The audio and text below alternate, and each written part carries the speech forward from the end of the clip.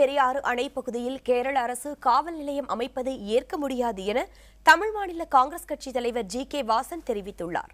கன்னியாகுமரியில் செய்தியாளர்களை சந்தித்த அவர், 2 மாநில மக்களின் நீர் ஆதாரமாக உள்ள முல்லை பெரியாறு பகுதியில் மத்திய படையின் பாதுகாப்பே தேவை என வலியுறுத்தினார்.